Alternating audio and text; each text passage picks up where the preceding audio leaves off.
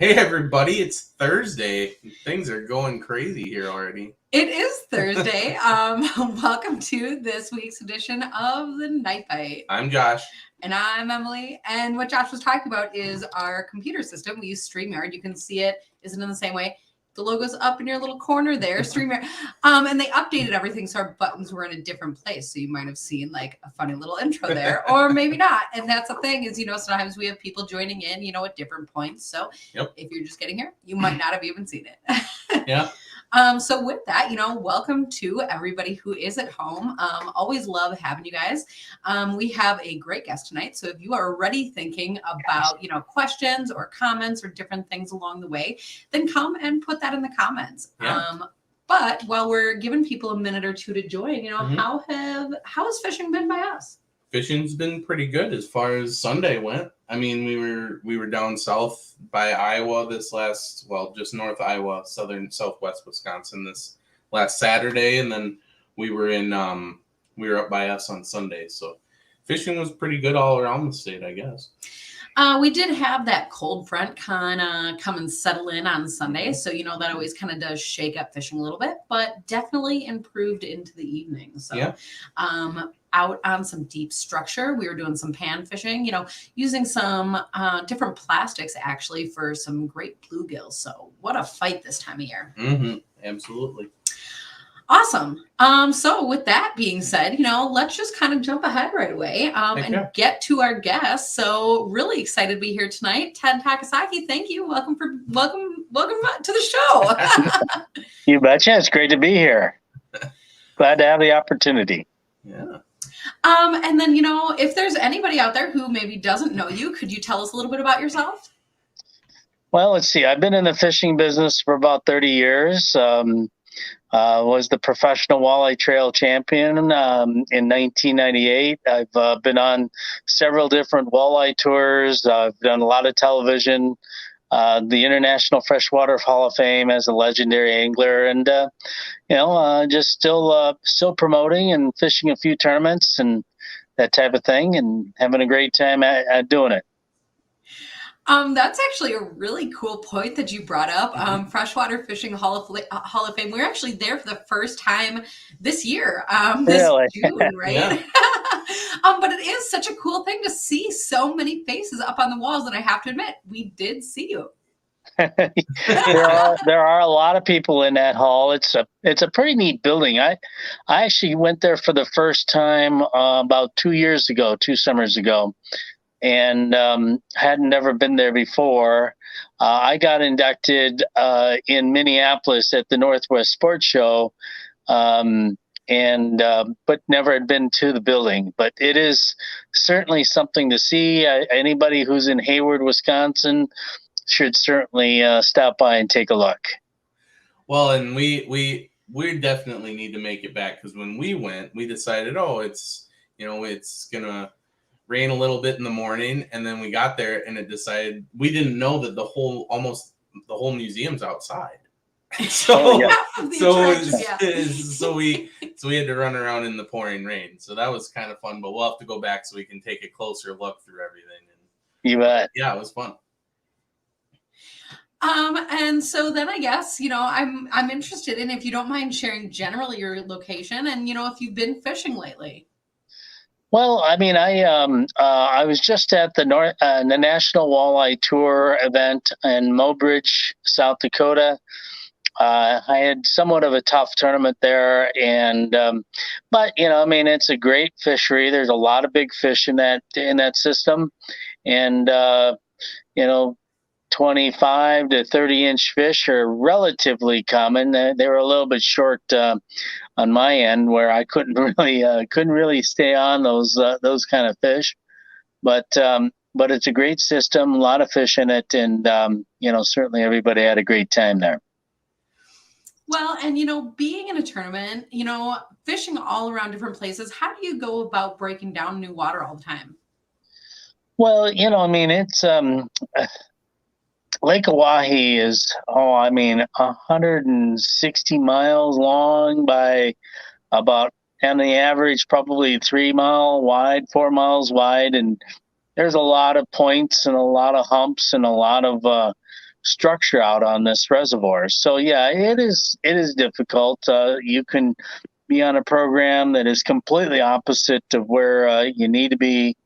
And I was the tournament was actually won over the treetops, which I should have known that. I did troll some of the treetops, but just didn't have the success I was hoping to get, and that's why I kind of I didn't really fish trees during the tournament, which obviously is a mistake. And I mean, you have to go on what you learn in the 3 or 4 or 5 days that you practice, and hopefully you run across the right pattern during those 3 to 5 days, and then they hold throughout the tournament. And if that happens, then you usually finish pretty well. And this one was one where I just didn't. I just wasn't on the right program in this particular tournament, but caught a lot of fish, just not all the right ones. Well, and you're making an interesting point about, having to go out there, find fish, and then, hoping if they hold their spots or not. That's a funny thing, as a weekend angler that I can almost relate to. You finally get on them, and then you have a week, and then they move. You finally get on them, and then a week, and they move. But, that is the funny thing. Sometimes with summer, you do get so lucky, and you get consistent patterns and that consistent weather, and those fish might stay. But, like this week, we've had humidity in, humidity out.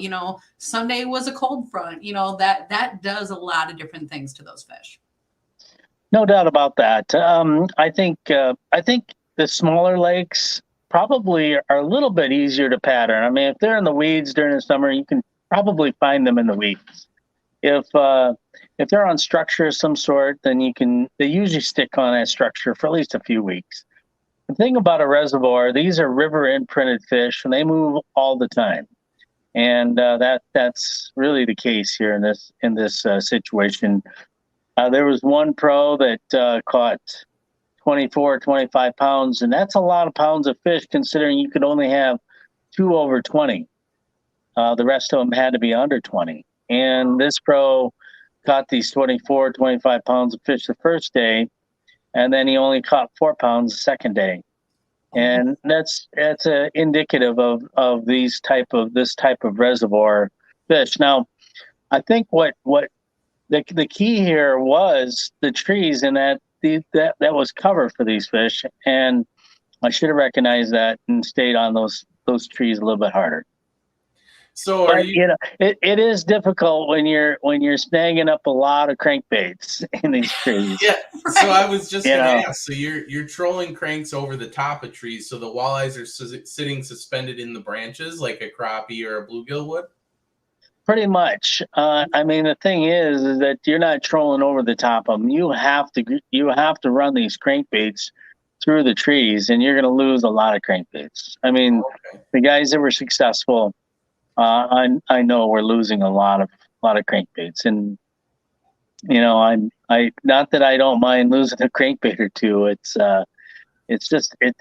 all the other things that go along with it, stripping out line, and breaking it off and retying and having several different lead core. Usually, and these trees vary anywhere from 20 feet. The tops are 20 to 40 feet down.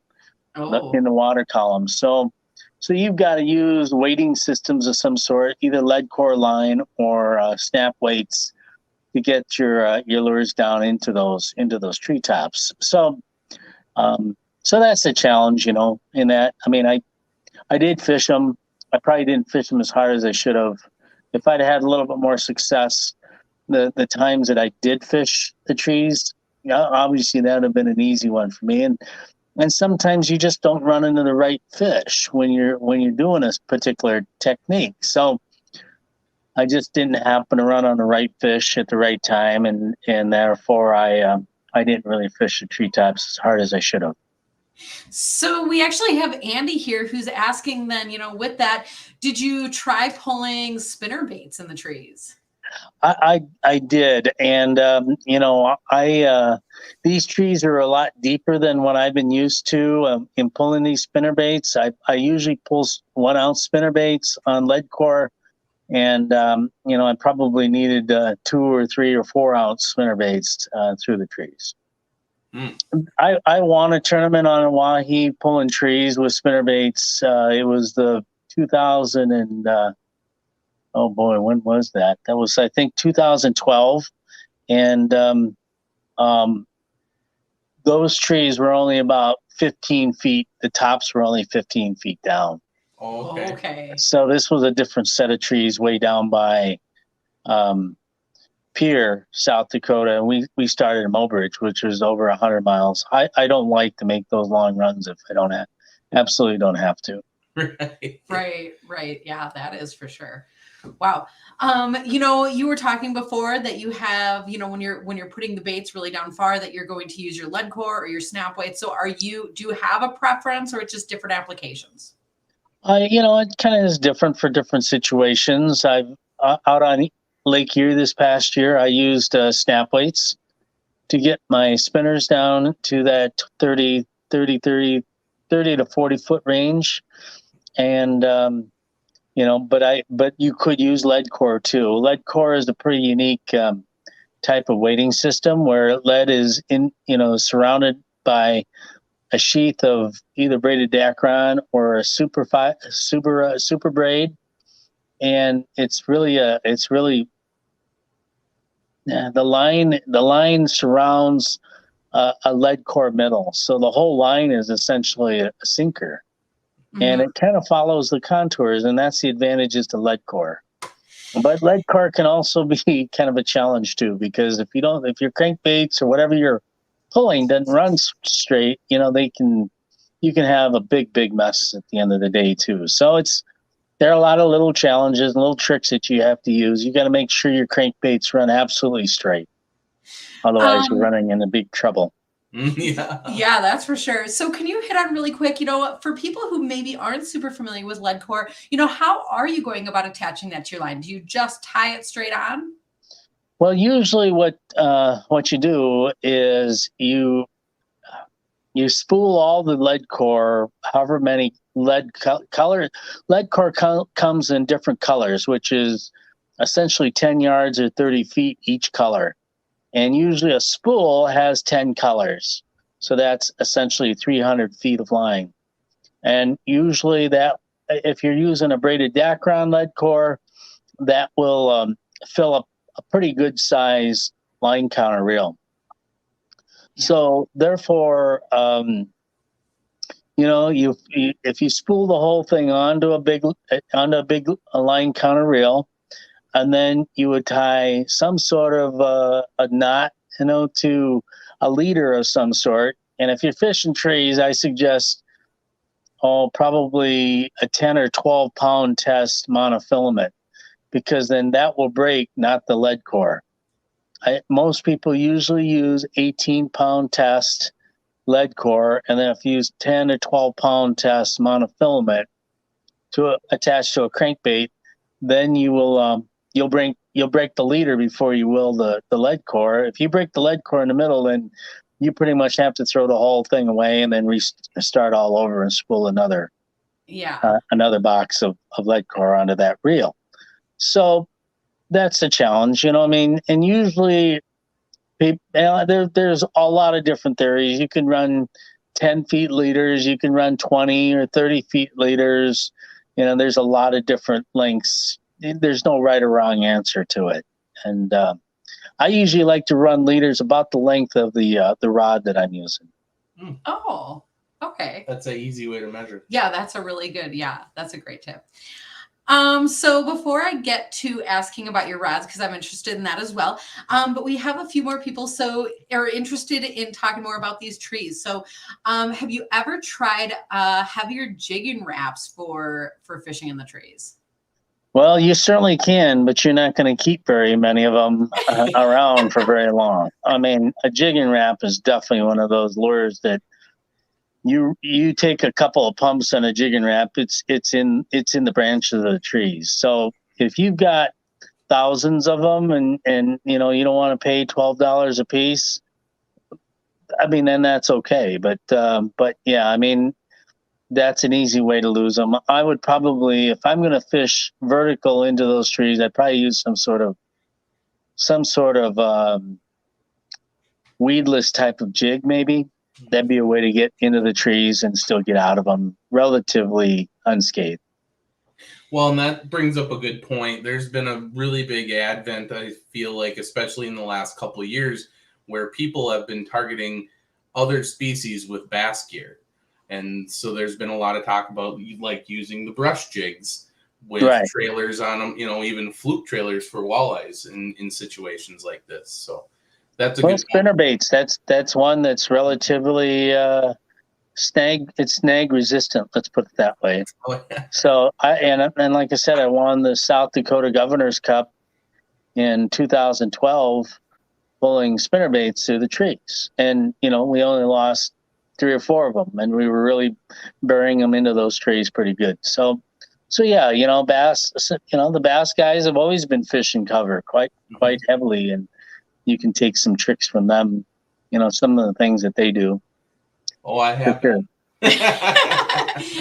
Yeah, you've been applying it to panfish kind of. But the thing that I also love about hearing about the weedless tactics here is because, when you're dropping anything down into any kind of branches, you got to either hope that, you're either weedless or that you don't have wind. Because if you are moving around, shaking around and trying to, get a jig or a hook through all those branches, like you're saying, I would lose them all. Right. Yeah, unless you have some sort of weed guard or a brush guard, for sure. Awesome. And then, we're talking all about baits. Do you have favorite baits or favorite colors or go-tos?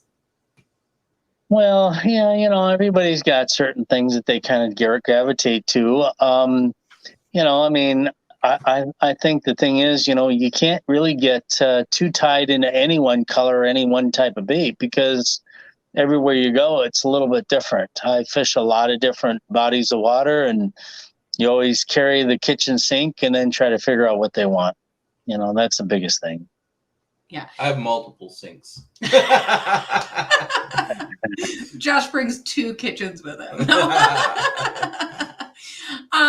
Though we were talking before about, the rods that you use. So, what is that? You were talking all about your setups. And so what rod goes with that?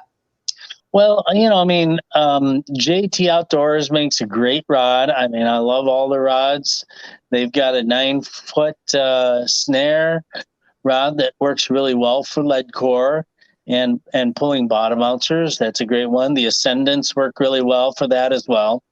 So, but I like their JT Mag Medium Light, the 7-foot one, along with the Black Rain. 7'3". I like a little longer rods themselves for jigging, for ripping the ripping wraps, or the the jigging style type of baits, that the glide style baits that you vertical jig. So both of those, I think, work really well. They have the right actions for that type of fishing. And they've really Joe and Andrea have really developed a great product line when it comes to the variety of rods that they have come out with, and certainly the quality and the sensitivity to these rods is second to none. And in fact, Joe lent me one 2.5 years ago. I went up to Lake Winnipeg, won the Voyagers walleye championship on Lake Winnipeg. The first time I used the rod, it just it was really interesting. I could actually pencil grip hold the rod while I was vertical jigging, and up there, what you do is you anchor or you spot lock your boat on the edges of the old river channel out in the bay, and these walleyes run along the river channel, and then you're looking for specific little turns in the river channel where you spot lock, and then you vertical jig, in those spots. And that's what I was doing with the JTX Mag Medium Light. And I mean, I could just see I was pencil gripping in it, and that's a testament to how light and easy it is to work that rod. And you could just see the rod tip just barely twitch. And that's what those 8, 9, 10 pound walleyes were doing. they come along there and they barely suck on the frozen shiner on this jig, and I'm convinced that was the difference for winning that tournament. Mm. I'm not sure if you saw Josh's face light up, but that's also the rod that we love. We have the JTX Mag Light. The light. Yeah, the light. And, it just really, the sensitivity, like what you're saying, is amazing right down to that grip. You can feel that bite. It really is amazing. Mm-hmm. Well, what's amazing actually for Joe and Andrea is it's just that, they have a garage where they manufacture these rods. It's truly a family operation. That's what I like about it. That they oversee the production. And, they have home workers that wrap the rods. And I have taken rod building classes, so I know a little bit about the components that go into all these rods, and they've got some of the best components. Their reel seats are tremendous. To be able to, there's multiple points at which you are able to touch the rod blank and able to detect just the lightest of bites. So I'm very impressed with them. This is my second year now with JT Outdoors, and I think once people actually have one in their hands and try them, they don't go back to any other brand of rod. Right. It is true. I have to say, we also a little bit, dabble in making rods, Mm-hmm. I just also find myself picking up my JT rod all the time. So, it is amazing. It's great when you have a go-to product that is just fun to use. Plus mine's pink. Yeah, there you go. That's right. Oh my gosh. Awesome. So I guess, looking towards the rest of the summer, what else do you have in store coming up? Well, I'm starting a TV segment on a local news channel. So we'll be shooting some segments for that. And then we do have, as long as we can get into Canada, we do have the Voyageurs National Walleye Tournament up on Lake Winnipeg in October. So those are the kind of things. And I do a Ted Tips on Facebook every Wednesday. So if anybody out there, Facebook followers, make sure they look up my Facebook page. It's at Ted Takasaki, TAKASAKI, and I do a tip every week, and they can go back into my Facebook page for weeks and weeks and weeks, and there's a lot of little tips that I think really have helped a lot of people. Yeah, actually, I happened to maybe check out your page a little bit, before we even chatted tonight. And I actually noticed that you might even have a code posted for JT rods. So if people are, interested in looking at that after this conversation, go and check out Ted's page because it is actually posted there. Yep. Yeah, just use TED5. I'll even give it to everybody. when you order a rod, use the promo code TED5, TED5, and you'll get a discount at the same time. Perfect. We'll put that in the comments here too. So in case anybody is just making sure that they have it right, they can check it out there. Otherwise, they definitely can check out your Facebook page. And we promised that we wouldn't keep you all night, so we're gonna kind of end it here. But thank you for being here. You bet. It's great to chat with you. Anytime we can get together, that'd be wonderful. It's really nice to see a couple work in the outdoors. I think that's the best way to do it because then you have a love of what you're doing and you have something in common that allows you to do something together. And I think that's wonderful. Well, and a happy anniversary to you and your wife. 2 years. Well, thank you very much. Yes, it's been 2 years of it's interesting. We got married in August 4th, 2019, and we went on our honeymoon to Greece in December. We got back, and then COVID hit. So we were pretty much sequestered. We stayed home. We didn't. Charlotte's got two parents that are like 83, 84 years old, and they've both got compromised health, and so we didn't want to impair or give them anything that they shouldn't get, and so we pretty much stayed home for the next year. So I think anybody that gets married and goes through COVID, a sequestered COVID situation, and can still come out of that doing well, I think they can last for a long time. So we're very it's just that happy. we have to share a boat still at this point.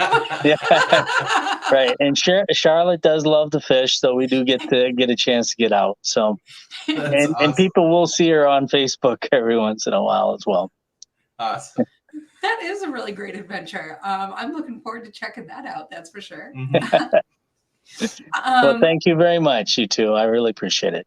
Yeah, and to the viewers at home, thank you guys as well, because it's always a lot of fun to hear your comments and questions and things along the way. So, looking forward to next week, and thanks for joining us on this edition of The Night Bite. Night, everybody.